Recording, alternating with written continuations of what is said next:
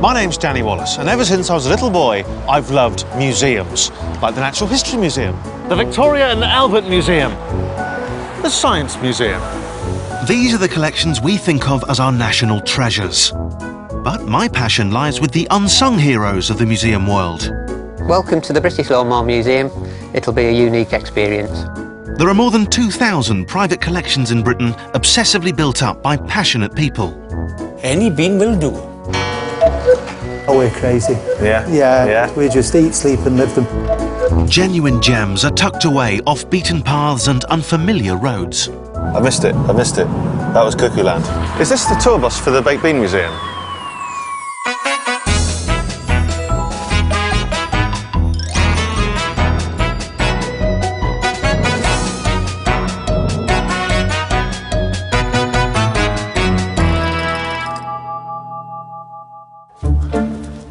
I'm an author and a journalist. I've always been fascinated by the quirkier side of British life. And there's always been a special place in my heart for our less conventional museums. Now, I'm going to find a selection of the very best. We are off to Lawnmower World in Southport, near Ormskirk, and I'm excited. It seems to me that Lawnmower World sums up, even in its very title, everything that is best about Britain. Southport in Lancashire is a typical British seaside town. Not the first place I'd associate with lawnmowers. Ah, what's that? Check it out. The British Lawnmower Museum on the right. The British Lawnmower Museum is run by Brian Radham, and I've brought him a surprise for his most popular attraction, Lawnmowers of the Rich and Famous. After all, not only have I met Alan Titchmarsh, actually that's it. I'm Danny. Hi. Hi. I've travelled, very nice to meet you. Well, and I brought you this for your new exhibition, Lawnmowers of the Rich and Famous. We'll accept anything, yeah? Very nice. Anything. Here's the... Grass box? Yeah, exactly. Wonderful. It's seen better days, I'll be honest. I've also brought some of my lawn. Yeah, you can't beat a bit of good grass. Yes. No, I've heard that said. Brian opened the museum above his gardening shop in 1988. He says he has more than 5,000 visitors a year. That's about 400 people a month, or 14 a day, and all at £2 a head. This is more my sort of style. Yeah. This one here. One of the earliest lawnmowers in the collection dates from the 1850s. How small were lawns back then? Well, I mean, that this particular one... like this? Or was it for like a window box? No, this particular one would have been designed to cut in between gravestones or even to mark a tennis court out with. Oh, really? If you notice, the handle is lower than the more modern ones. Yeah. It's because people were shorter than we were 200 years ago. Yeah, how much shorter? Hey, check it out. Brian May. Brian May from Queen. He rang me up one day and said, "It's Brian May here from the rock band Queen. Would you like my lawnmower?" So Brian May presumably is the star attraction. He's one of our celebrities. Great. Now, Brian's no fool. He knows that in modern Britain, everyone loves a celebrity. They're all here.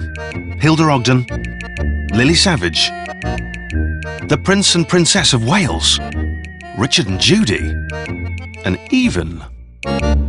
This wooden lawnmower is actually been made by Robin Williams, but... The Hollywood actor, comedian? No, another Robin Williams. Oh. And he used to work here.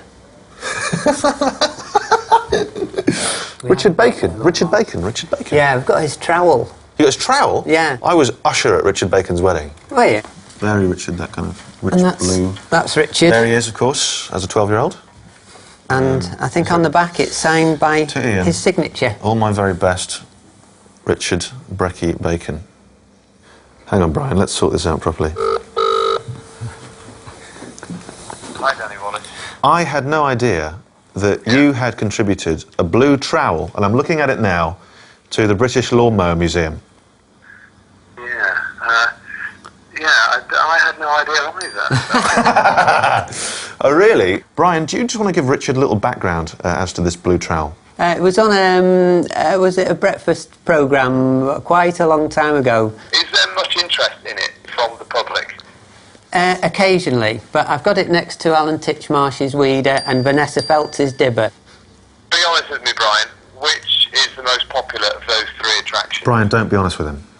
Vanessa Feltz's dibber, I'm afraid. It's the biggest dibber I've seen.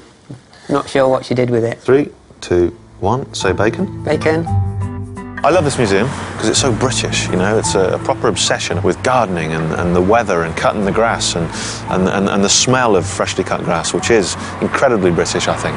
And Brian's great. He's got all these different people's lawnmowers, he's collecting them, he's putting them there for the nation, he's guarding the heritage, so I think I might well endorse this museum with my own little blue plaque. Brian, I would like to thank you on behalf of the people of Britain for curating the British Lawnmower Museum. And I would like to offer you this ceremonial plaque, the Wallace Order of British Excellence, WOBE, That's great. which states that this museum is fine by me. Will you accept that? Yes, we certainly will. Thank you very much. Excellent work. Pleasure. 2, 3. You certainly won't find a collection like this at the British Museum. I think I've uncovered a whole new world. And the good news is, the Lawnmower Museum is just the tip of the iceberg. I've heard about a place called Cuckoo Land, which has no celebrity endorsements whatsoever. It's just cuckoo clocks. And it's not far. It's in Knutsford. So while we're here...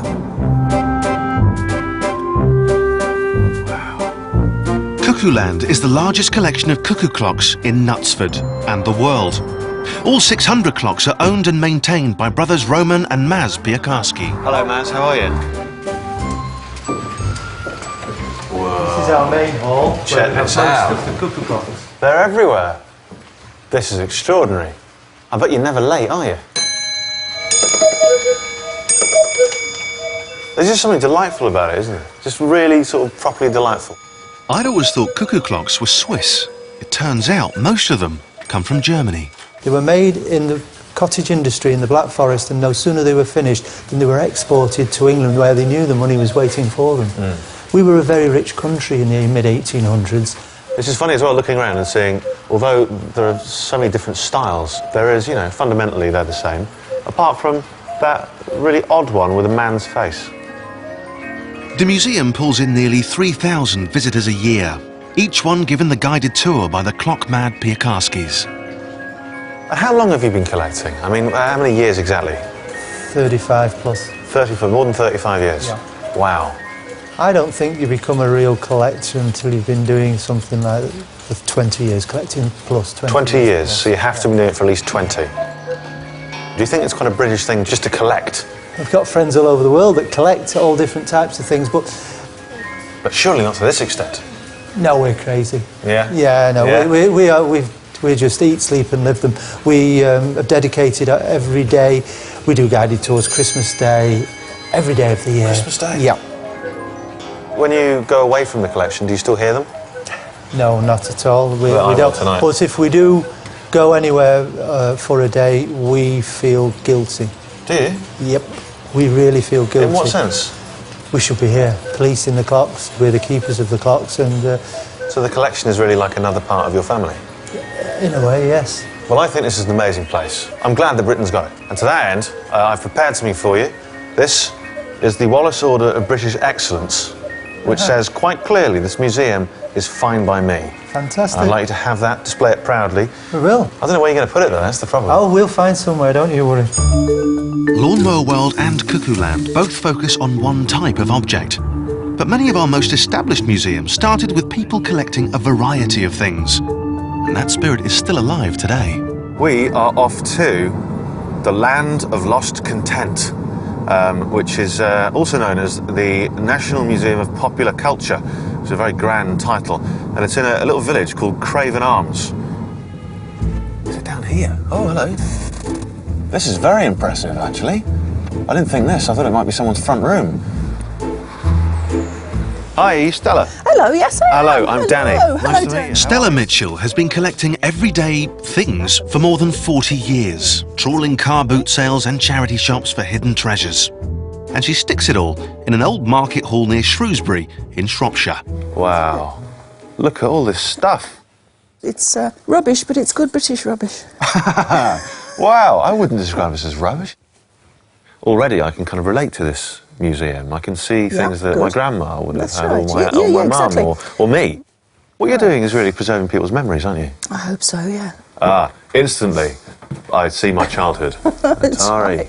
right. Action Man. Action Man. Action Man's there, yeah. I really wanted that, Yeah. that Nazi.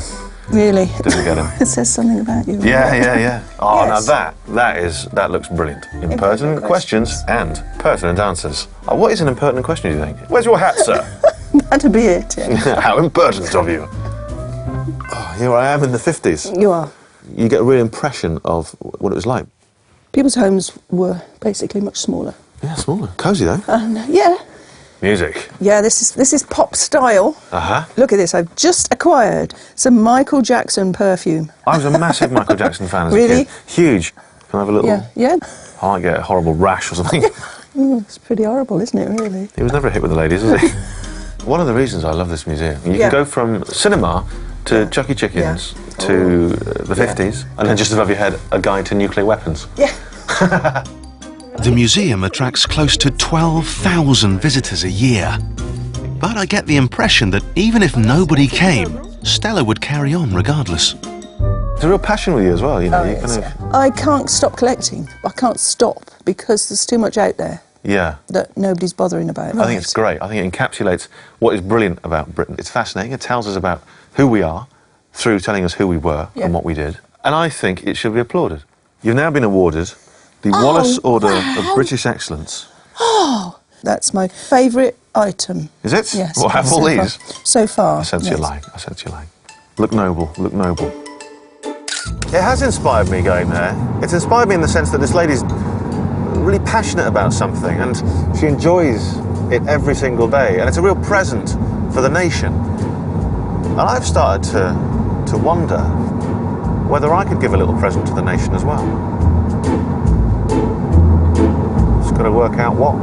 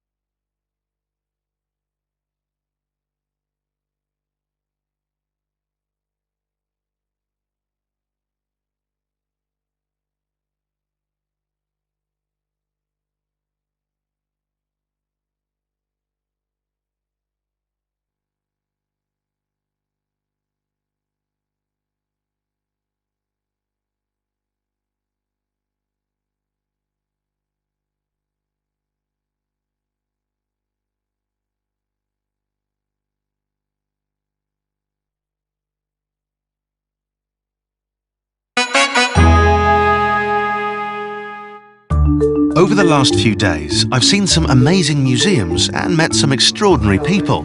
People who've turned private passions into public treasures. And it's inspired me to give a gift of my own to the nation. I mean, how difficult can it be? Aha! What is a museum? I'm quite relieved there. I thought it was a bit of a stupid question, but they have deigned it worthy of an answer. The Museums Association agreed a definition. They are institutions that collect, safeguard and make accessible artefacts and specimens which they hold in trust for society. Objects, stuff, can be anything. And crucially, it doesn't say how big they have to be. I'm thinking small for my museum, so for some inspiration, I'm going to check out a tiny place that's about to open in South Wales. But, unlike the others, this one's by appointment only. Hello, is that Captain Beanie? It's Captain Beanie here. My name's Danny, Danny Wallace, and I'm very interested in your Baked Bean Museum of Excellence. From looking at your website, Captain Beanie, I couldn't help but notice that you're in the market for an A-list celebrity. Yes, do you know of one, Danny?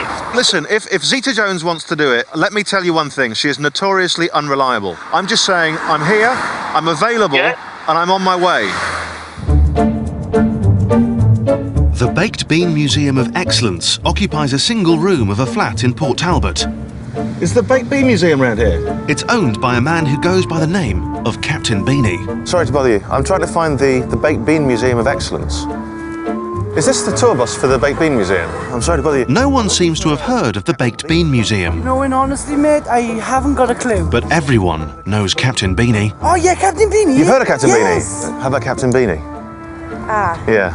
Postman. Oh, do you mean Captain B? That's the exact... Another flat. Over here somewhere. Oh, hello. I'm trying to find Captain Beanie. Captain Beanie speaking. How may I help you? It's Danny here, the A-list celebrity you ordered. Hello, who's that? It's Danny. Danny. I buzzed you. Oh. Captain Beanie. Danny How Wallace are you? in person. Are you all right? Yeah, I'm full of beans, mate. You are Captain Beanie? I am the one and Great, only. just in case I got the wrong flat or something like that. No, no, no. Wow. Here we are then, Check Danny. this out. What do you think? Look at this. The flat is a shrine to the noble baked bean, lovingly put together by a man who even paints himself orange. Clearly, it's overtaken his life, and it all began as a charity stunt. You're in the Guinness Book of Records for sitting in a bath of baked beans for 100 hours. I've agreed to perform the grand opening of the Baked Bean Museum, but before the press arrive, I want a private view. Well done, Captain Beanie. Beanie has spent 10 years collecting the artefacts. That is indeed the oldest can of baked beans I have in the actual museum. Really? It's actually about 40 years of age. Is it? Yeah, yeah. The obsession runs so deep, Captain Beanie even changed his name by deed poll. Would you believe this is a genuine, authentic Captain Beanie passport? I'd like to see him try and get into America on that. That's very authentic. Oh, he did. So, we're excited. It's time to get the world excited. Gentlemen of the press. A few introductions first of all. My name is Danny Wallace. I am, of course, an A-list celebrity. To my left is Captain Beanie, who is the curator of the Baked Bean Museum of Excellence. Would you like to say The press are clearly in awe. It's a museum that sums up everything that's great about this nation of ours. I would imagine that baked beans are sort of a part of our British cultural life. I'm proud to be able to offer Captain Beanie a blue plaque. It's the Wallace Order of British Excellence. That is fantastic. Saying that this museum is fine by me. Wow. It gives me great honour to open the Baked Bean Museum of Excellence. Okay. There we are. Thank you very much.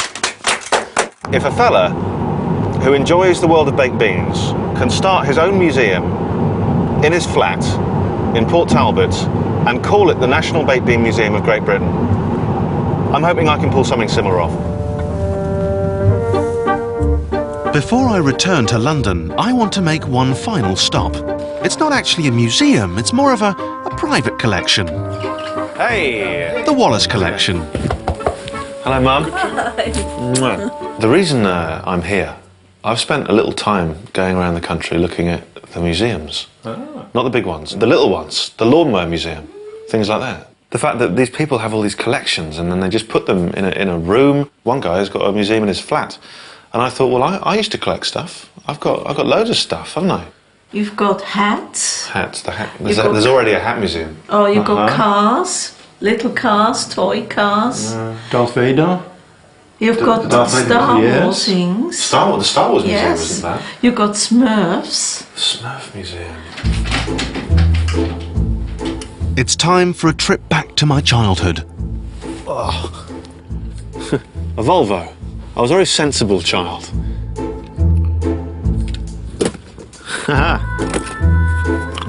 This just brought back a real memory, this. At one point I used to collect the teeth that I had that fell out, and I used to put them in here. Hello, boys. It's been a while. They're smaller than I remember. Who are these cheeky fellas? 3 Papa Smurfs. I used to love Smurfs. Every year my Swiss relatives would send me more. I was 15 before they stopped. It was another 2 years before a girl looked at me. Right. I reckon in this box they're 2,000 to 3,000. I don't know. How many's here? 1, 2, 3, 44, 105. So I make that 111. Do you want to just give that a little double check? Well, right now... Oh. Would you go and see a Smurf museum? Well, I guess if I was 5 or 6. Right. You used to make your whole room, there was a whole world of Smurfs. Oh, you know they're recording this, yeah? Oh. Slightly embarrassing. Well, here's to the National Smurf Museum of Great Britain. Great idea. Cheers, Smurf. This is good. I have the collection. It's time to take the Smurfs to the people. Very nice. Thank you very much. It's the Smurf Museum. Have a little seat. I've roped in my friend Will to be assistant curator. And then you'll have to match them up with the appropriate Smurfs. Alchemist Smurf. No. Golden Smurf. If you're not going to take this seriously, we might as well just call this off now. No, I'll be good, I'll be good. I've got one more surprise for Will. He's going to be head Smurf. Oh, well, that's fantastic. Yeah. You look unsure. Now you look happy. Yeah? I don't feel very happy. You have a big smile on your face. What's wrong with you? You look great. And this? Yeah. This is the rest of it. God! Oh. Perfect. It's hopeless. Will is simply too lolloping and gangly to be my Smurf. I need you to, I can't take you seriously like that. Oh, sorry. I'm going to need you to do some sign work or something. In the last week, I've seen some of Britain's very best little museums. Look at that. And they've inspired me. Now I'm taking on the big boys. The Danny Wallace Smurf Museum will open outside the British Museum in central London. All I need now is a volunteer Smurf. Hi. How do you feel about this? Good. So it's obviously going to be the most junior member of the production team. Great stuff. Let the culture begin. Smurf Museum. Just starting up the Smurf Museum. Nothing. There's a whole museum. Release the Smurf. Can I see the Smurf Museum? Yeah, it's great. It's great, the Smurf Museum of Britain. Second only to the Science Museum. We've got a museum here. Do you know where the Smurf Museum is? What? The Smurf Museum. Smurf Museum just down this way? I don't suppose you'd like to see the Smurf. Yeah, I love it. You'd like to see it? This is it, yeah. Established today. Here we are, please take a seat. You'll see here we have sport and leisure.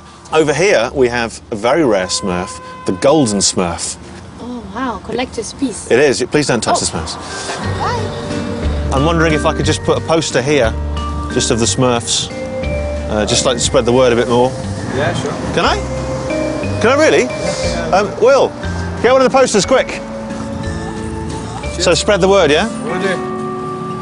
First of all, a couple of safety briefings. We will have time for photos afterwards. Here is the fire exit. If at any point any of the Smurfs do ignite, please move in a slow line towards the exit. But, you know, feel free to ask me anything. Do you know the history about the song, how it came into being and... The history of the song? Yeah. The song was written. Yeah. That's all I know. I'll tell you what, we can do the 30-second tour.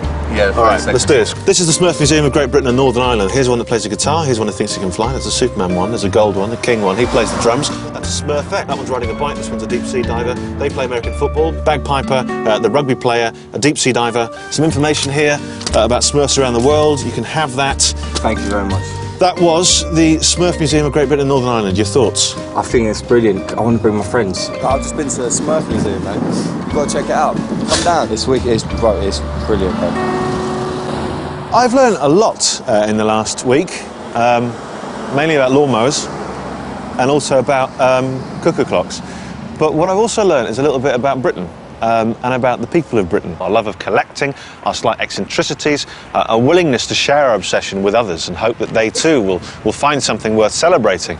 And I've kind of tried to do that as well with my little museum, if only for a day, so I've had a good time. I wouldn't go back to the Bean Museum, but I enjoyed it while I was there. You all right? I guess I'm going to pack up. Here, carry this. lazy Smurf. Back to work.